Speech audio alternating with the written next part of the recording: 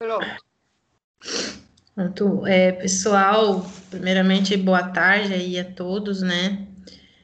Vamos aí para mais um ciclo aí de seminário, né, de palestra aqui. Hoje, o colega de vocês, Murilo, vem trazer, então, esse tema, né, que é um tema super importante aí de cruzamentos de bovino de corte. É um tema que quem faz aí a disciplina do melhoramento 1 vê, né? Cruzamentos em geral, e ele vai mostrar aí um pouquinho da importância, como que funciona esses cruzamentos aí para vocês. Tá ok? E vão interagindo, né? Não sei se alguém chegou a dar uma olhada no material que o Murilo mandou no grupo, mas à medida do possível vão interagindo, deixando a apresentação mais interativa. Bom, é isso. Murilo, a palavra está contigo agora. Obrigado, professora. Boa noite a todos. Aqui em casa já é noite, Santa Maria é dia ainda, é tarde. Queria, então, agradecer a oportunidade da gente poder estar aí para compartilhar um pouco do estudo que a gente, cada um faz para toda semana trazer uma novidade para a gente aqui no grupo. Eu queria saber se está aparecendo direitinho aí. Sim, tá sim, Murilo. Sim, Murilo, tá aparecendo. Tá, joia. Então vamos falar um pouco hoje sobre então cruzamentos em bovinos de corte, né? A professora orientadora é Thaís. E falar um pouco cruzamento. Cruzamento ele é um termo que ele é utilizado quando a gente tem a produção de determinada geração de indivíduos, né? Onde envolve o acasalamento de duas ou mais raças, né? Neste caso, normalmente o cruzamento é utilizado com bós tauros e bós índicos, né? Os taurinos e os zebuínos. O cruzamento ele tem como algumas consequências desejáveis, alguns objetivos, né? Podemos citar alguns, primeiro seria uma combinação de mérito genético de diferentes raças em um único indivíduo. O que seria isso? Né? Que é usar as diferenças das raças no que diz respeito ao mérito genético aditivo, né? De certa forma, para sincronizar características de alguns desempenhos e adaptabilidade dos recursos genéticos, né? Com os recursos também do meio ambiente. E a gente pode citar o clima, alimentação, manejo, entre vários outros recursos. Né? Uma coisa muito importante que a gente tem que sempre ter em mente que o cruzamento a gente procurar sempre partir do ambiente, né? Porque uma criação aqui no sul, a gente vai fazer certos cruzamentos na região norte, por ser uma região mais quente, né? No nordeste, por exemplo, a gente não vai poder levar à risca ao mesmo cruzamento que a gente faz aqui no sul, né? Justamente pelo clima, pelas condições serem diferentes, né? O Brasil ser um país continental, ele possibilita essa diferente formas de clima, né? Uma segunda possibilidade, que é a possibilidade da incorporação de material genético desejável e, de certa forma, rápida, né? Isso é o que é usar a complementariedade quando se utiliza a raça de touros com grande potencial para crescimento e produção de carne, por exemplo, sobre vacas que são mestiças, de pequeno, médio porte, né? Isso aí é comumente chamado de cruzamento terminal. A gente tem também os objetivos de formação de raças sintéticas, que a gente vai ver mais adiante, e a produção de heterose ou vigor híbrido, né? O que seria a heterose? Pessoal, até já falar, se alguém quiser falar alguma coisa, algum questionamento, alguma contribuição, a gente agradece, né? Que isso aqui não é uma palestra, é uma conversa que a gente tem que fazer aqui. Tá, o que seria a heterose, né? A heterose, basicamente, ela é definida como sendo a diferença entre a média da característica que quer se avaliar no indivíduo, nessa característica fenotípica, no indivíduo que é oriundo do cruzamento, ou seja, o mestiço, né? E a média também da mesma característica, medida dos pais. O resultado dessa obtenção é através da fórmula, né, da heterose, que é a média dos mestiços menos a média dos pais dividido pela média também dos pais, multiplicado por 100. Né? A heterose, ela também pode ser chamada, como eu já falei, como vigor híbrido, ou o pessoal chama muito também de choque sanguíneo. Né? Isso aí, na verdade, é um fenômeno, como eu já falei, que os filhos provenientes desse cruzamento de diferentes raças, eles apresentam as características de desempenho, a média das características acima da média dos seus pais. Né? E a gente pode citar várias características que a gente pode trabalhar dependendo do local, do objetivo. Né? A gente pode trabalhar características como a produtividade, características como resistência, parasitas, né? Que aqui no sul a gente tem muita influência de carrapato, né? Por exemplo, precocidade, fertilidade, entre vários, inúmeros características que pode ser trabalhado. Um outro detalhe da heterose, ela sempre vai ser mais pronunciada quando a distância genética entre as raças que são envolvidas nesse cruzamento com benefício máximo, quando a heterose é maior, um benefício maior quando se cruza um taurino com um zebuíno, né? Por causa que dá certas, como é que eu vou explicar? Certas características dos zebuínos complementam os taurinos e vice-versa também, né? E quando se promove esse cruzamento, não só está procurando utilizar os benefícios da heterose também, é uma coisa que a gente sempre tem que cuidar, mas também as características desejáveis, como eu já falei, né? Por exemplo, as características do Bos taurus, que é os taurinos, elas têm várias vantagens, entre elas que é a maior precocidade, tem também o maior potencial de crescimento, o melhor acabamento de carcaça, que hoje em dia o mercado exige muito um acabamento de carcaça, né? Porque a gente tem que trabalhar não pensando da porteira para dentro, a gente tem que trabalhar pensando da porteira para fora, principalmente, né? Porque muitas vezes, digamos que na maioria, é o mercado que manda o que a gente tem que fazer. Né? Se a gente tem que melhorar a carcaça, se a gente tem que produzir algum terneiro mais precoce, hoje em dia se fala muito na super precocidade, né? Terneiros de 14, 16, 18 meses já sendo abatido. E tem também as características, e nesse cruzamento, entrando o Bos índicos, que seria o zebuíno, né? Ele tem algumas características que só tem também digamos, na raça zebuína. E a gente pode citar entre algumas, que é a adaptabilidade, né? O zebuíno, a gente sabe que é um animal totalmente rústico, ele se adapta muito bem a diversos climas, a diversas formas de alimentação, terrenos, altitudes, né? Ele tem também uma boa habilidade materna, as fêmeas têm essa habilidade com as suas crias. E aqui para nós, né, também, que é uma característica que é muito importante do zebuíno, que ele tem uma resistência muito alta para parasitas, né, pela altura do seu pelo, pela tonalidade de cor, que normalmente os zebuínos, a tonalidade é clara, né, entre outras características fenotípicas. E todas as características elas possuem uma alta herdabilidade nos cruzamentos.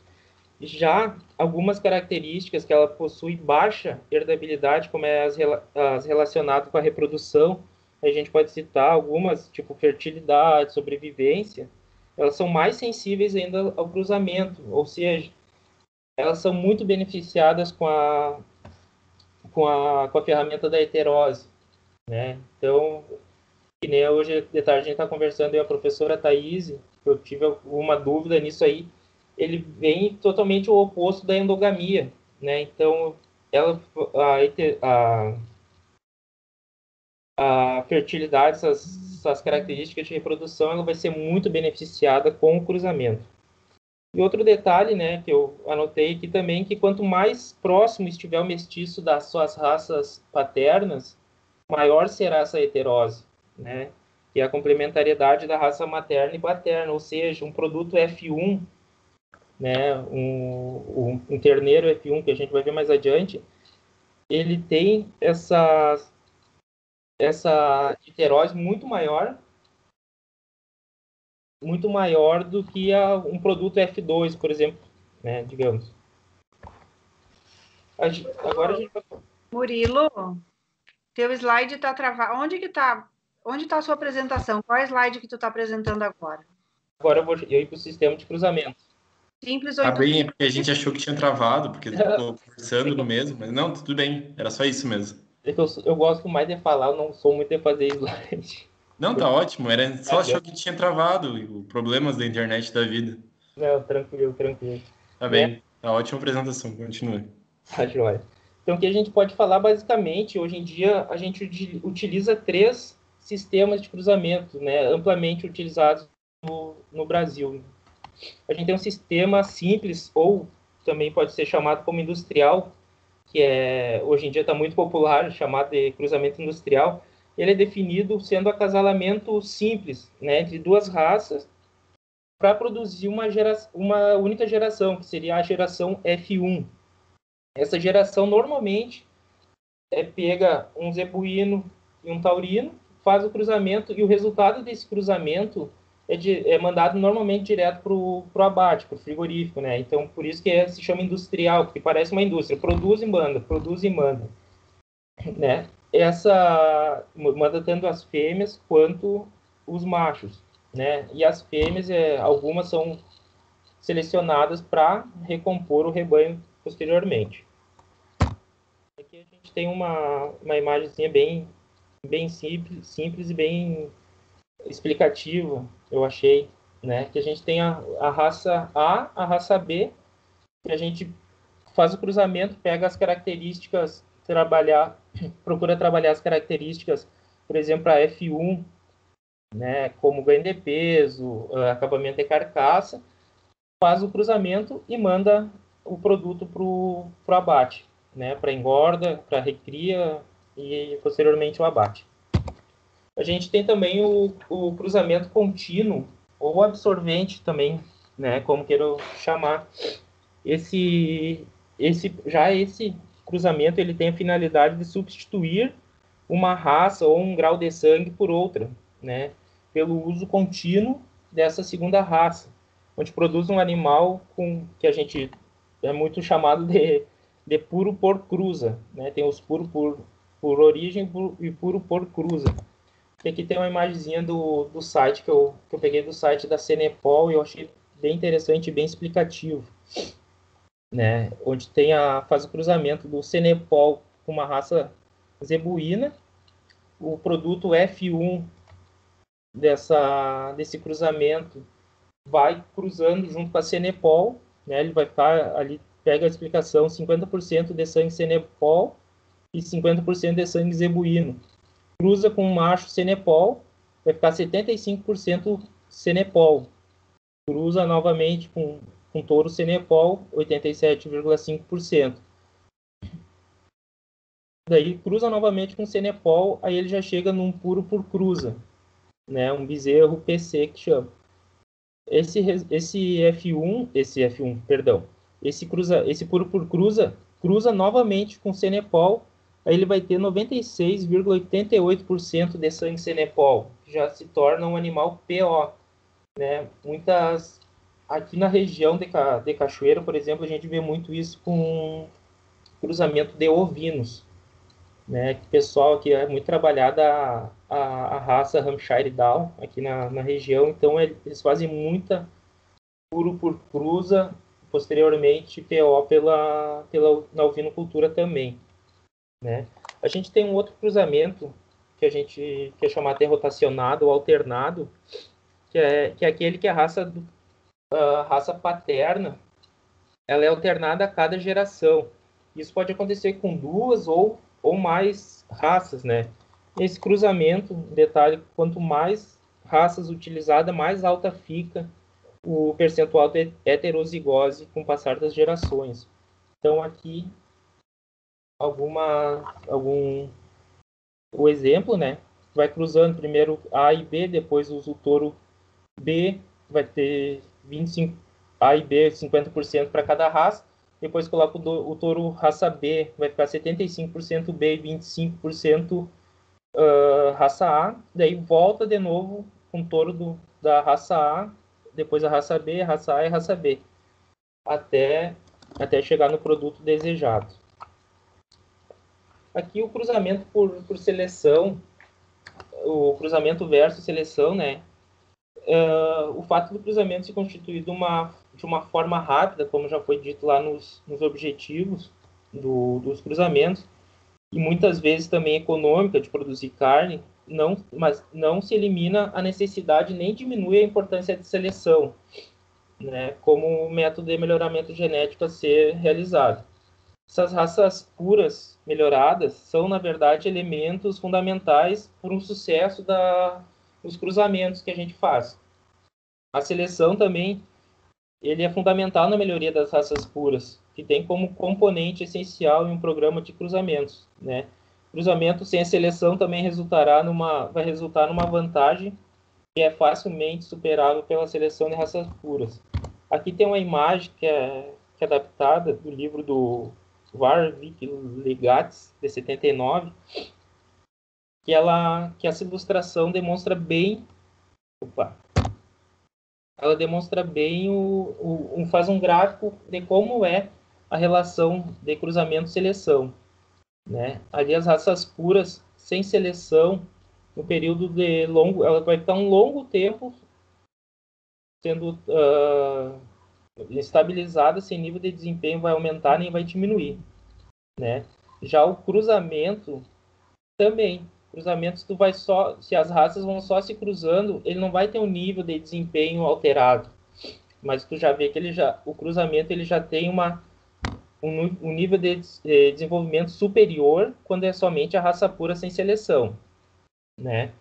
E quando tu tem a seleção em raça pura, ao longo do tempo esse desempenho dessas raças eles vão crescendo exponencialmente, né? Então vou só criar uma raça. Não, mas então seleciona, faz um bom melhoramento, né? Procura selecionar sempre a melhor que tu tem no teu plantel. O teu nível de desempenho vai sempre melhorar ao longo do tempo. E aqui a seleção e cruzamento, né? Depois o cruzamento mais a seleção. Isso aí seria o melhoramento genético que eu penso, né? O melhoramento genético em si, porque tu vai ter vai fazer os cruzamentos e desse cruzamento tu vai selecionar sempre os melhores, né? Vai selecionar sempre o melhor para afinar o teu rebanho, ficar um rebanho mais padronizado. E no seleção e cruzamento, tu vai fazendo a seleção e posteriormente tu faria o cruzamento, né? Tu vai ser praticamente o mesmo tempo, só que o cruzamento mais a seleção vai te encurtar um pouco o tempo e o nível de desempenho vai chegar primeiro, né?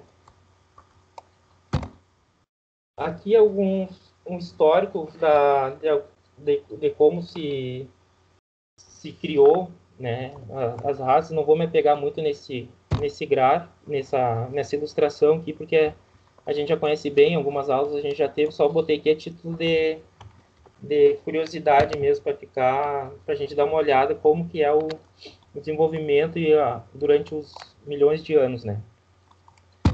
Aqui eu quis trazer algumas ilustrações de algumas raças que hoje são mais, digamos assim, são mais frequentes aqui no nosso país, né? Algumas nem tanto, mas a maioria são bem observadas aqui no nosso país. Aqui a gente tem as raças europeias, né? As britânicas especialmente, que eu vou falar só algumas vantagens, não vou me apegar muito em outros detalhes também para não ficar muito comprida a apresentação. Mas a vantagem dessas raças europeias, né, como a muito conhecida, a Angus, que é uma raça escocesa, aqui a gente tem o Hereford, tem o Devon, tem o Red Poll e o Shorton. Esse chitado aqui é o Shorton. eles têm algumas vantagens, que são taxa de boa sobrevivência, uma carcaça de ótima qualidade, tanto é que o sêmen do Angus hoje é o mais comercializado no Brasil, né? O touro Angus, o sêmen é o mais comercializado no Brasil. Essas raças europeias britânicas também têm uma velocidade de crescimento muito alta, além da precocidade. As raças europeias continentais, né? Aqui a gente tem a francesa Charolais, a Limousin também é francesa, tem a Cimental, que é uma raça difundida na Suíça, e o Piemontês, que é uma raça italiana. Essas raças, essas continentais, a gente nota que a diferença para as britânicas, as continentais, elas têm muito mais músculos, né? Os membros anteriores, os braços, aqui, paleta e coisa, eles são muito mais desenvolvidos. Então, por quê? Porque eles foram trabalhados para serviço, né? Eles foram desenvolvidos para fazer força, para fazer serviço de arar, puxar carroças, enfim, carretas, né? Então, por isso, com o passar dos anos, eles absorveram maior massa muscular nos posteriores, nos membros anteriores, né? Aqui as raças zebuínas, que essas raças zebuínas, elas têm excelente taxa de sobrevivência, como eu já falei, boa habilidade materna, elas são tolerantes a parasitas, e elas têm uma boa adaptação ao calor dos trópicos e à variação de alimentos disponíveis, né? Eles não são muito exigentes tem que ser tal alimentação específica. Não, eles se adaptam muito bem a qualquer alimentação. Aqui a gente tem o Nelore, a gente tem o Guzerá, tem o Tabapuã, que é lá anteriormente foi uma cruza entre Nelore e Guzerá, né? E aqui o Brahma. O Brahma, o Brahma ele tem, não sei as outras, mas tem também as outras, que eles são brancos, mas tem também a tonalidade vermelha. Aqui a gente tem algumas raças tropicais, conhecidas também como crioulas, né? Aqui tem o Bonsmara, que ele é da África do Sul, muito difundido lá. Tem o Caracu, que é uma raça brasileira, né? Considerada uma raça brasileira. E tem o Senepol, que é uma raça lá caribenha. As raças sintéticas. Lá nos objetivos, no início lá, eu comentei que um dos objetivos do cruzamento era chegar nas raças sintéticas, né? Que elas são formadas por duas raças com um grau de sangue fixado, que é o 5/8, raça do pai é 5/8, e a zebuína, que é a raça mãe, no 3/8. Eles têm bom nível de heterose e adaptabilidade. Aqui a gente tem o Braford. Aqui a gente tem o Brangus, o Braford, que é Hereford com zebu, o Brangus, que é Angus com zebu, o Canchin, que é o Charolais com o zebu, e o Sim Brasil, o Braford, Brangus, Canchin, Sim Brasil, que é cimental com zebu, e o Santa Gertrudes, que é a raça cruzamento da Shorton com zebu. Aqui são dois exemplares de raças compostas. E o que é composta? Ela é composta por 3 ou mais raças, né? Eles não são sintéticas, que é só 2 raças que formam essa terceira raça. Que elas são 3 ou mais raças nessa formação. E aqui a gente pode citar o Montana, né? A raça Montana, que ela tem sangue Bonsmara, Red Angus e Nelore. E aqui uma raça que a professora Pamela conhece bem, que é o Purunã, né? Ela tem 1/4 Charolais, 1/4 Caracu, 1/4 Angus e 1/4 Canchin.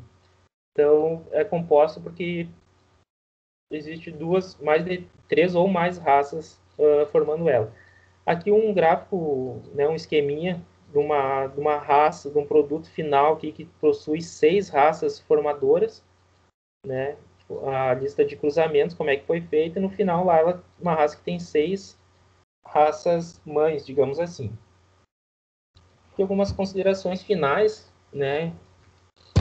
Que os cruzamentos, a gente não deve considerar ele como uma estratégia isolada de melhoramento genético. Como a gente já comentou antes, a seleção dos pais de raças puras, né, ou os pais mestiços, conforme for a raça, eles são também de fundamental importância para o sucesso do negócio, do cruzamento, né, da lucratividade, no final. Capacidade gerencial, exigência de mercado e adequação do binômio genótipo-ambiente. O estabelecimento ele tem que ter alguns objetivos e metas de empreendimento para considerar essas características. E aqui, por último, a avaliação de cruzamentos devem prioritariamente ser desenvolvidas considerando o sistema de produção como um todo, dentro de um programa com objetivos e metas estabelecidas. Né? Como eu falei antes, a gente tem que, antes de fazer um cruzamento, a gente tem que conhecer o nosso ambiente, a gente tem que conhecer nossas pastagens, nossos climas, nossos relevos, né? E a partir daí a gente traçar metas para dentro de uma fazenda. Saber o que a gente quer produzir. A gente quer produzir cria, a gente quer produzir um animal mais rústico, a gente tem muito problema de ectoparasitas, né? A gente tem que usar o zebuíno, a gente quer produzir uma melhor carcaça para o mercado, está me exigindo que eu produza, o frigorífico bonifica mais uma carcaça melhor acabada, vamos para o taurino, né? Colocar mais um sanguezinho taurino. Esse meu cruzamento, ele está faltando acabamento no posterior, vamos trabalhar, vamos fazer os cruzamentos, vamos fazer uma seleção para melhorar o peso de posterior desses animais.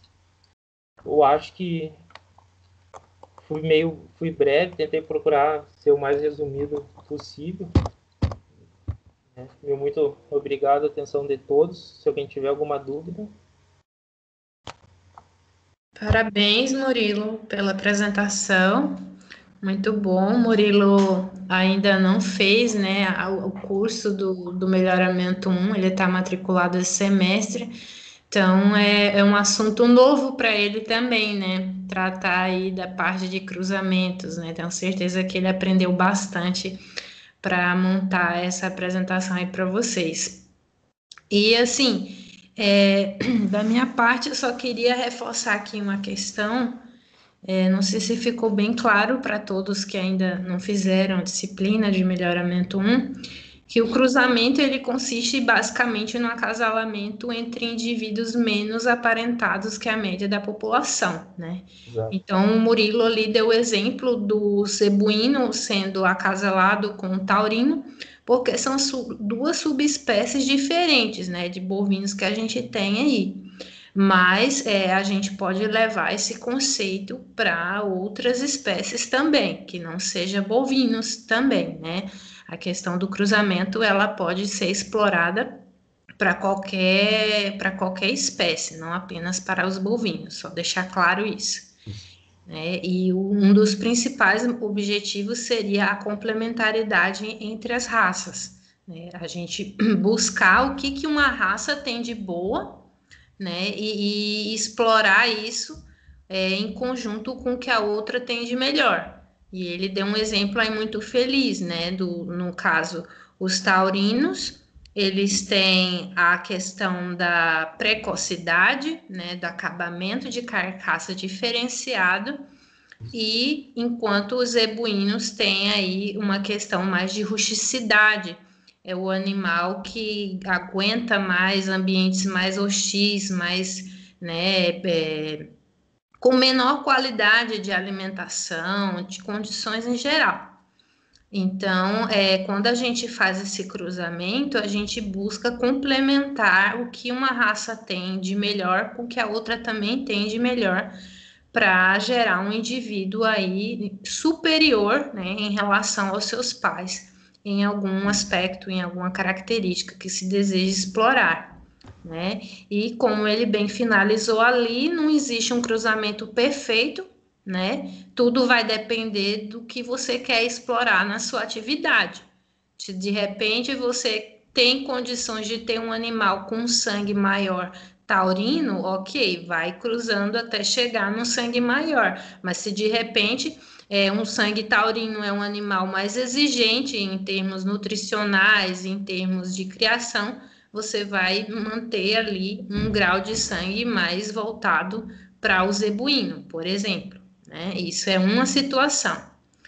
Bom, mas no mais é só mesmo parabenizar o Murilo e abrir aqui para os colegas se manifestarem, né? Se tiver algum questionamento, eu acho que a Letícia levantou a mão, não sei se ela tem alguma dúvida. Não é dúvida, mas só isso que a senhora mencionou também de espécies. Eu achei bem divertido ver as semelhanças, né, também com o cruzamento de cães. Até, por exemplo, que ele mencionou o puro por cruza, né?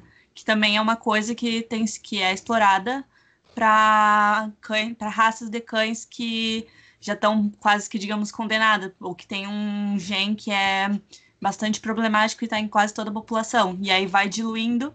E no fim, quando vai deixar o animal puro por cruz, é o mesmo conceito. Eu achei bem divertido ver as semelhanças, mesmo sendo espécies diferentes, né? Até agora tu falou, Letícia, até na tua apresentação também, acho que a professora Fernanda comentou, né? Aqui a gente apresenta um trabalho sobre tal espécie, mas o melhoramento, né, abrange todas. Então, até quando tu apresentou o teu trabalho, muita coisa eu pensei, o meu foco é ruminantes, né? Então, toda a tua apresentação eu olhava e pensava, não, isso aqui também é igual, pode ser idêntico como pode ser com os ruminantes também, né? Então, o bacana dos cruzamentos, do melhoramento genético em si, que ele não é específico para uma coisa só, ele não é fechado a 7 chaves para aquela espécie. Não, ele pode ser muito bem adaptado para as outras também, né? Que é isso que a gente tem que observar muito quando a gente olha uma palestra, né? Até aqui nas nossas conversas aqui. Obrigado. Na verdade, a base é a mesma, né? Que a gente foi hoje de manhã que um dos alunos, acho que foi o Pedro, que veio me perguntar, né, se na aula de cruzamentos e endogamia eu ia abordar alguma espécie, né? E aí foi o que eu respondi, que principalmente no melhoramento animal 1, eu vou ensinar coisas, ali a teoria básica do melhoramento que é válido para qualquer espécie. E aí, quando vocês vão para o 2, que começa a trabalhar com equinos, bovino de corte, bovino de leite, aí vocês vão ver a especificidade de cada uma delas, né? Como deve trabalhar com cada uma delas, mas os parâmetros genéticos, os cruzamentos, conceito de heterose, de endogamia, herdabilidade, correlação, isso aí é tudo a mesma coisa, né? Explicação, por que a correlação é alta, baixa, moderada, como é que a gente pode fazer seleção direta e indireta. Então, esses conceitos que a gente vai ver lá no Melhoramento Animal 1, a gente pode aplicar, né, para qualquer espécie animal, tá? E aí, o que acontece é que a gente vai, por exemplo, você, Murilo, que gosta muito de bovinos de corte, vai começar a trabalhar com bovinos de corte, vai ter mais facilidade em aplicar em bovinos de corte do que em leite, que é o que acontece, por exemplo, comigo, né?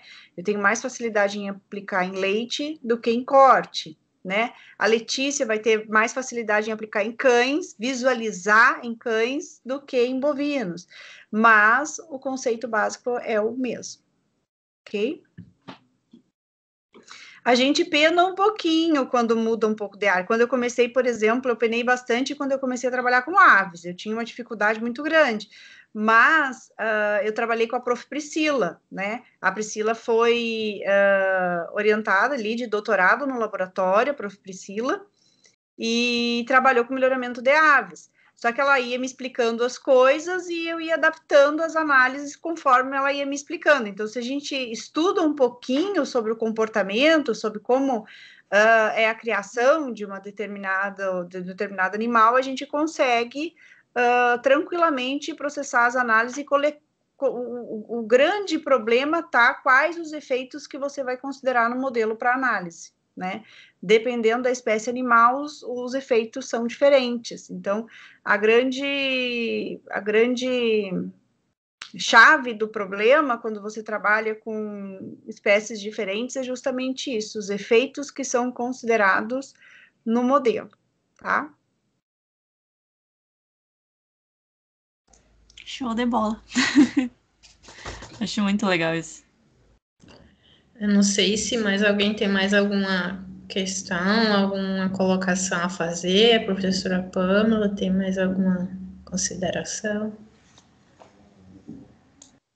Eu acho que o Murilo tá só de parabéns. Eu acho que é isso que eu preciso falar hoje.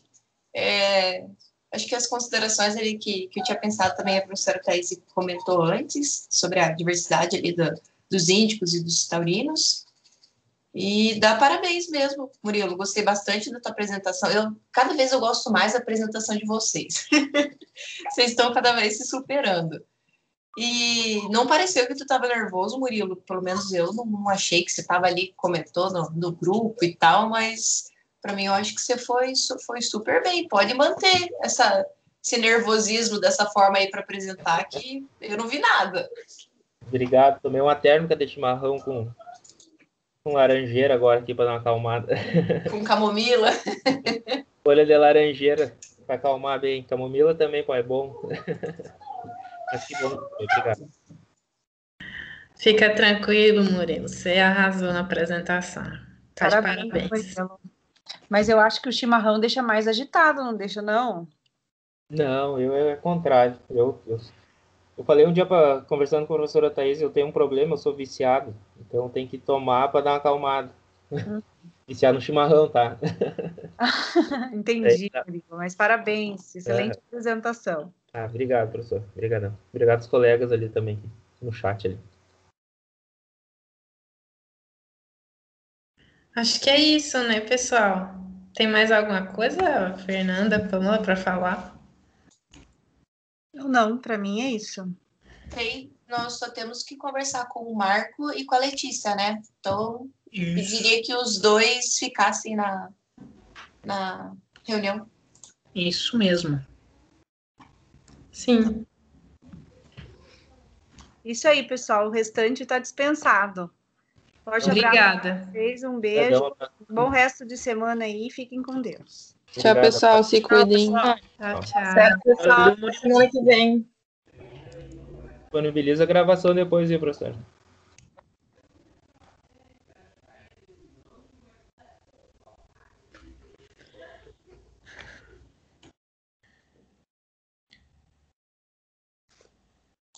Ô, gente, tá só nós 4 já?